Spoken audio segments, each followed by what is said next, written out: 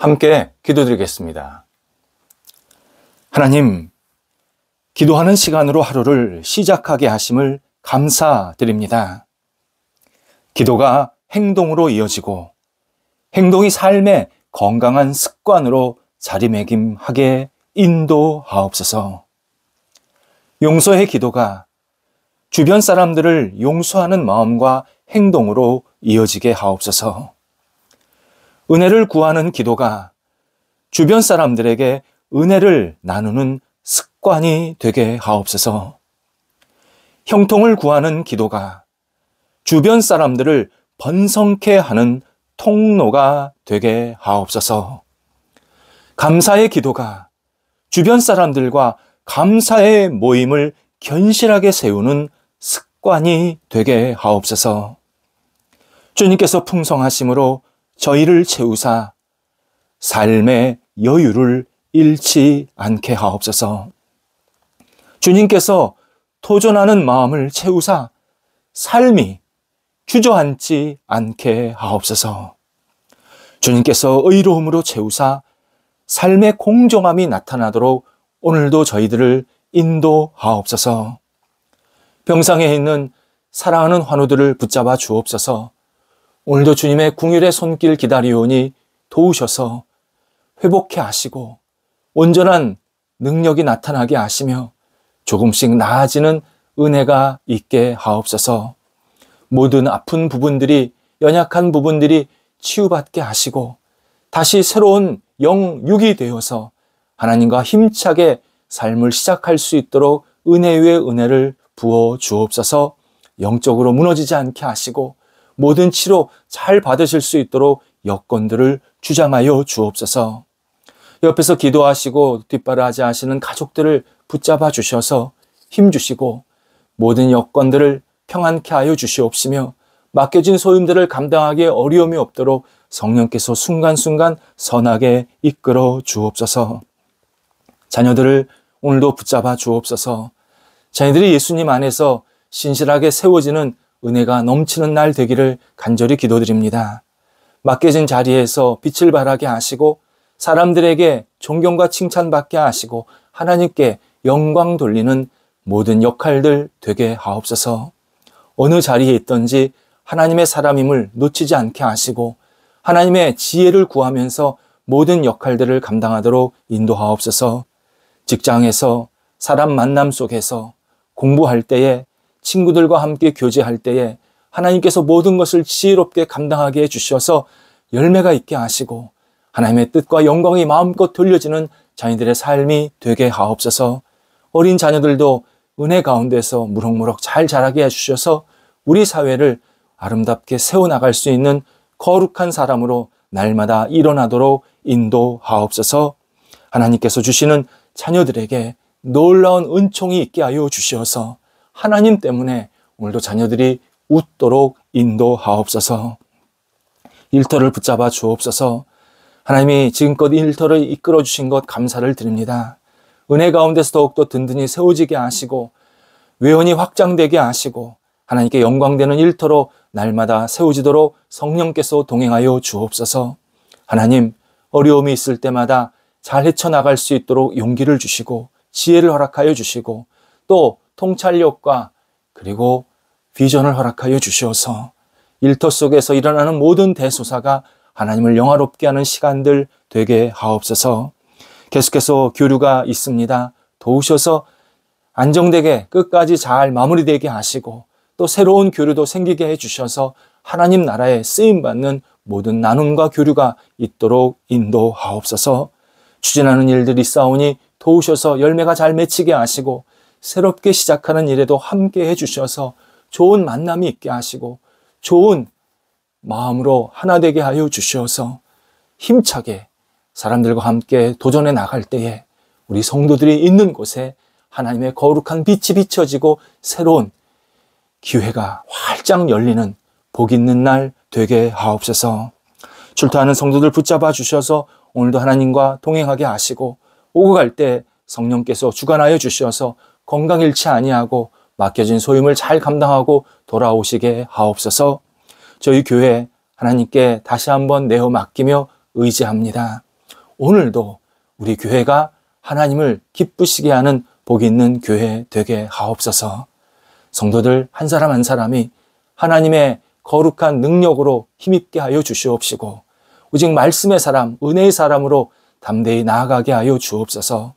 저희 교회 모일 때마다 은혜가 넘치게 하시고 사랑의 교제가 있게 하시고 말씀의 잔치가 있게 하시고 더 깊이 안정되게 하시고 확장되게 해주셔서 저희 교회를 통해서 많은 사람들이 하나님을 만나고 주 앞에 온전히 세워질 수 있게 하옵소서. 아직 예수님을 알지 못하는 비그리스도인들 또 예비 그리스도인들 주 앞에 나와 함께 예배하게 하시고 하나님을 경배할 때마다 마음에 흡족한 단비가 내리게 하여 주시옵시며 다시 주님을 바라보고 힘차게 앞을 향해 나아갈 수 있는 믿음의 백성들이 가득 채워질 수 있게 하옵소서. 우리 성도들 오늘도 영혼을 생각하며 한날을 충실하게 살게 해주셔서 주의 주시는 그 아름다운 가치를 소중히 여기며 주님과 함께 동행하는 한날 되게 하옵소서. 예수님의 이름으로 기도드립니다. 아멘. 오늘 우리에게 주시는 하나님의 말씀은 신약성경 베드로전서 1장 15절에서 17절까지의 말씀입니다. 베드로전서 1장 15절에서 17절까지의 말씀입니다. 살아계신 하나님의 말씀을 봉독합니다.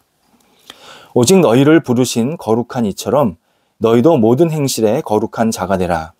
기록되었으되 내가 거룩하니 너희도 거룩할지어다 하셨느니라. 외모로 보시지 않고 각 사람의 행위대로 심판하시는 이를 너희가 아버지라 부른즉 너희가 나그네로 있을 때를 두려움으로 지내라. 아멘. 그리스도인은 하나님을 진심으로 사랑하는 신앙으로 성장, 성숙해야 합니다. 내가 예수님을 믿고 하나님을 따르는데 그냥 아무런 감정도, 느낌도 그냥 의무적으로 계속 하나님을 믿고 따른다면 그 신앙은 뭔가 지금 멈춰져 있는 상태입니다. 우리의 신앙은 반드시 하나님을 더 사랑하고 예수 그리스도를 사랑하는 모습으로 계속 점진적으로 성장을 해 나가야 합니다. 이때 우리가 하나님을 어떻게 받아들이냐에 따라서 사랑의 깊이나 넓이가 달라집니다. 하나님을 실제 하나님보다 더 축소해서 생각하면 우리의 생각도 볼품없는 사랑, 지극히 작은 사랑, 피상적인 사랑으로 끝납니다. 반대로 우리가 하나님의 위대하심, 전능하심, 그리고 우리를 사랑하시는 그 깊으신 경륜을 깨닫고 받아들이면 우리의 사랑도 굉장히 진지하고 깊어집니다. 그래서 베드로 사도는 베드로전서 1장 8절, 오늘 읽지 않았지만 바로 앞에서 우리가 예수 그리스도를 보지 못했지만 사랑하는 자가 되어야 된다. 그렇게 우리에게 권면을 하고 있습니다.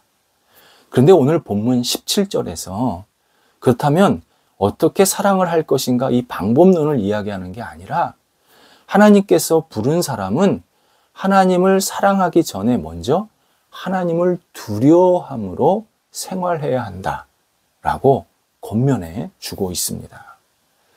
하나님을 두려워할 줄 알아야 제대로 사랑할 수 있다라는 의미입니다.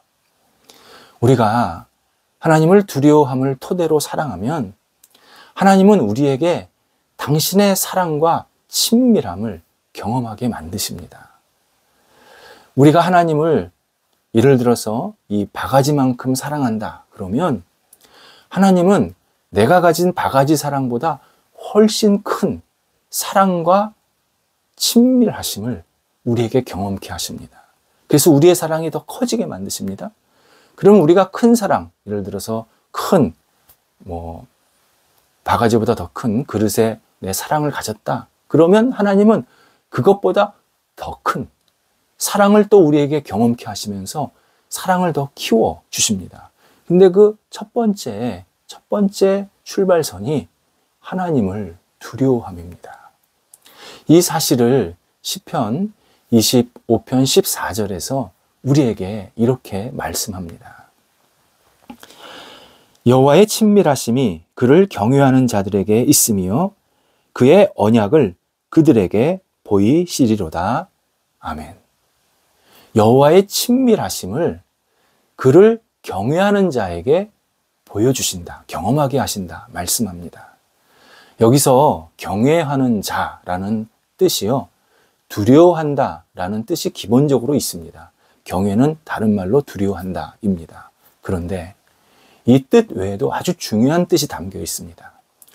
충성스러운 헌신자, 자신에게 오직 한 분이라고 여기면서 그분만을 따라가는 사람, 그분만을 바라보는 사람, 이게 경외하는 사람의 또 하나의 진짜 의미입니다. 그러니까 경외한다는 것은 단순히 두려워한다는 것으로 끝나는 게 아니라 그분밖에 없다.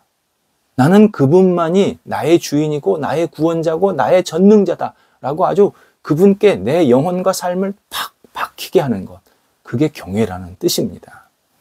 또 친밀이라는 원래 뜻이요, 비밀입니다. 비밀. 근데 이 비밀이라 그럴 때 공공연한 비밀이라는 표현이 있지 않습니까? 나도 알고 저 사람도 아는, 사실 그건 비밀이 아닌데 그래도 여러 사람들이 알면서 서로 그냥 이렇게 조용히 있는 거, 그런 비밀이 있는가 하면 진짜 나와 그 사람만 아는 비밀이 있습니다. 이 둘만 아는 비밀이 있습니다. 바로 오늘 본문에 나오는 이 친밀이 그 두 사람만 가지고 있는 비밀입니다. 우리가 하나님을 두려워하면 하나님께서 나를 가까이 여기시면서 나에게만 당신의 비밀을 알게 하신다, 경험하게 하신다, 약속을 하십니다.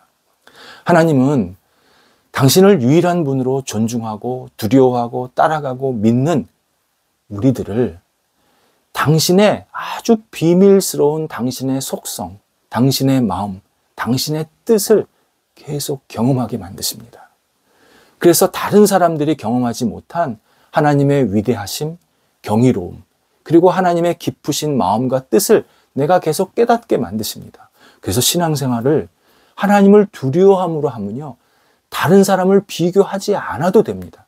나보다 저 사람이 신앙이 더 깊고 더 오래되었고 그런 거 아무 소용 없습니다. 내가 하나님을 두려워하는 마음으로 하나님을 믿으면 하나님은 나에게만 하나님 경험을, 정말 친밀한 경험, 비밀스러운 경험을 나에게 하게 만드십니다. 바울이 이런 경험을 했습니다. 바울은 예수님을 만나기 전까지 예수님을 볼품 없는 존재, 죄인 취급했습니다. 당연히 그의 처지로서는 예수는 로마법, 유대법에 저촉을 받아서 십자가에 죽은 존재입니다. 그런 존재를 사람들이 구원자로 받아들이는 것을 이해할 수가 없었습니다. 그리고 그리스도인들을 아주 가볍게 여겼고, 그리고 예수님을 잘못된 사람으로, 이 땅에서 큰 범죄를 행해서 결국 로마법에 처벌받은 그러한 사람으로 받아들이게 됩니다. 이때 예수님께서 십자가에 죽으시고 부활하셔서 바울을 만나십니다. 바울이 부활하신 예수 그리스도를 만날 때 첫 번째 가졌던 마음이 두려워함이었습니다. 성령께서 바울에게 두려운 마음을 부어주신 겁니다. 예수를 만나기 전까지는 예수에 대해서 가볍게 여겼는데 예수를 만나고 나서 제일 먼저 가졌던 마음이 예수님을 두려워했습니다. 그랬더니 예수님께서 그를 사랑하고 계심을 깨닫게 만드십니다. 그래서 바울은 예수님을 만난 다음에 두려움과 사랑을 같이 경험한 겁니다. 나와 같은 죄인을 예수님께서 십자가에서 못 박아 죽으셔서 살리셨구나. 내가 예수님을 죽였구나. 예수가 나를 위해서 죽을 만큼 그렇게 나를 사랑하시는구나. 이걸 확 깨닫고 받아들이게 되었습니다. 그래서 그는 빌립보서 2장 12절에서 이렇게 고백을 합니다. 우리의 구원은 두렵고 떨림으로 구원을 이룰 수 있다. 자기의 경험입니다. 자기가 예수 그리스도를 만나고 난 다음에 예수님에 대한 두려움을 가지니까 구원에 대한 확신이 더욱더 섰고, 그리고 다시 주님을 두려워하는 마음으로 더 신실하게 믿고 따르게 되었다. 그래서 구원이 계속 이루어진다라는 사실을 우리들에게 알려줍니다. 구원은 예수 그리스도 곧 하나님을 두려워할 줄 아는 사람에게 옵니다. 반대로 하나님을 가벼이 여기고 하나님을 나와 거리가 있다고 생각하는 사람은 구원도 거리가 있게 되고 구원의 기쁨, 감격을 누리지를 못합니다. 분명히 사도 바울은 본인이 복음을 전하면서 이런 경험을 많이 했고, 그래서 우리에게 권면하고 있고, 우리도 실제로 구원받고 진정한 구원의 감격을 누리는 사람을 보면 다 하나님을 두려워할 줄 아는, 하나님을 정말 하나님으로 인정하면서 높일 줄 아는 그러한 영혼의 상태가 있는 것을 확인할 수 있습니다. 또 바울이 고린도 후서 5장 16절에서 이렇게 권면을 합니다. 그러므로 우리가 이제부터는 어떤 사람도 육신을 따라 알지 아니하노라. 비록 우리가 그리스도도 육신을 따라 알았으나 이제부터는 그같이 알지 아니하노라. 아멘. 하나님께는 두 가지 본성적 특징이 있으십니다. 요한일서 4장 8절에서 하나님은 사랑이시다, 하나님이 사랑이시다 라는 특징을 우리에게 먼저 알려주십니다. 이 문장은 성경 언어로 절대 서술형이라고 표현합니다. 마치 바다는 물이다 라는 표현과 같습니다. 세상이 없어질지라도, 세상이 변할지라도 변하지 않는 내용이라는 의미입니다. 바다는 물입니다. 그게 변하지 않는 겁니다. 그런데 설사 바다가 뭐가 문제가 생겨서 모래로 바뀐다고 해도 하나님은 사랑이시다, 이거는 변하지 않는 문장입니다. 그러니까 그만큼 확고불변한, 정말 어느 것도 바꿀 수 없는 이 본질적인 특징, 이것이 하나님은 사랑이시다라는 의미입니다. 하나님은 변하지 않는 사랑 그 자체이시다, 우리에게 본질을 알려주십니다. 또 신약 성경에 다른 절대 서술형 문장이 있습니다. 히브리서 12장 29절입니다. 우리 하나님은 소멸하는 불이심이라. 소멸하는 불, 심판자라는 뜻입니다. 하나님은 세상을 심판하시는 분이다 라고 또 절대적으로 우리에게 그분의 특징을 알려주고 있습니다. 사랑과 심판, 어떻게 보면 다른 것 같고 좀 갈등을 일으키는 것처럼 보입니다. 하지만 사랑과 심판은 하나입니다. 사랑하지 않으시면 심판하시지 않습니다. 하나님이 우리를 사랑하시기 때문에 너 그렇게 살면 안 된다, 너 그렇게 살면 심판받는다 알려주시는 겁니다. 사랑하지 않으면, 곧 무관심하면 내가 어떻게 살든 어떤 행동을 하든 아무 관심이 없으십니다. 하나님, 그거 너 알아서 네가 살아, 끝입니다. 그런데 우리를 너무너무 사랑하셔서 결국 십자가에 죽기까지 우리를 너무너무 사랑하시기에 우리가 하나님을 진심으로 믿기를 기대하십니다. 따르기를 기대하십니다.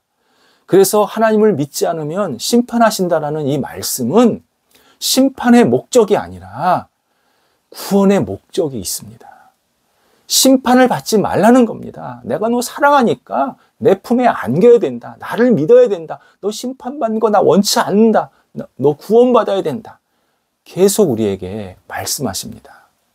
우리가 하나님을 믿을 수 있고 하나님을 만날 수 있는 이유가 하나님께서 우리를 사랑하셔서 당신에게 갈 수 있는 길을 활짝 십자가의 길을 통해서 열어 놓으셨습니다.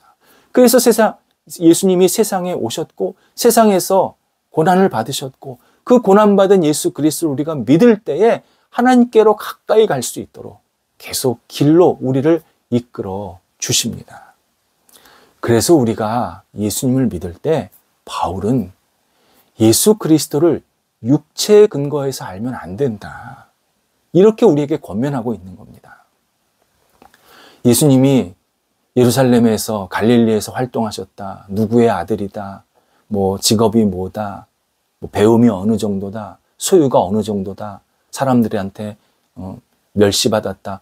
이런 육체적으로 알지 말라는 겁니다. 왜요? 하나님을 두려워할 수 없다. 예수님을 두려워할 수 없다는 겁니다. 우리가 예수를 믿으려고 할 때는 예수님을 하나님의 영적인 존재로, 하나님의 본성적 특징을 가지신 분으로 우리가 그분을 받아들이고 믿을 때 예수님을 우리는 두려워할 수 있고, 그 두려움을 가질 때 예수님과 우리가 더 친밀하게, 더 비밀스러운 관계로 계속 성숙하고 성장할 수 있다는 사실을 바울이 우리한테 권면해주고 있습니다. 베드로도 바울도 하나님을 두려워했더니 하나님과 깊은 관계를 가졌음을 고백하면서 우리에게 먼저 하나님을 두려워할 줄 알아야 된다. 예수 그리스도를 육체로 알지 말아라. 예수 그리스도의 본질을, 그분의 영성을 우리가 받아들여야 된다. 분명하게 권면하고 있습니다. 이에 우리에게 다시 하나님을 두려워하는 신앙을 달라고 우리는 주님 앞에 구할 수밖에 없습니다. 하나님을 두려워하는 사람은 예수 그리스도를 진심으로 믿게 됩니다. 그러면 하나님은 우리와 예수 그리스도를 통해서, 예수 그리스도를 중심으로 계속 친밀한 사랑을 나누십니다. 우리가 예수를 믿음으로 하나님을 더 깊이 알게 되게 하시고, 하나님을 두려워함으로 예수 그리스도를 더 깊게 믿고 사랑하게 하셔서 이 삼위일체 하나님과 우리가 하나가 되어서 하나님의 거룩한 백성으로 진정한 하나님의 사랑을 경험케 하시는 그러한 은총을 베풀어 주십니다. 기도하겠습니다. 하나님, 저희가 예수님과 더 깊게 친밀한 사랑을 나눌 수 있도록 인도하여 주옵소서.